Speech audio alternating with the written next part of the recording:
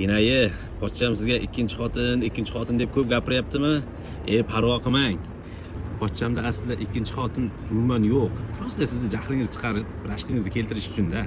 Aslida sizga mana shunday mashina olib bermoqchi bo'lib turibdi. Pochcham bilan bir maslahatlashib ko'rib, shuni o'zingiz bosib o'rasizmi deyman-da. Aziz ayollarimiz uchun 2022-yilda ishlab chiqarilgan avtomat Nexia 3 yurgani bor yo'g'i 58 ming kilometr yurgan chiroyli chexol, polik, avtomat korobka, video registratorlarigacha bor. Mashinamizning holati chiroyli holatda.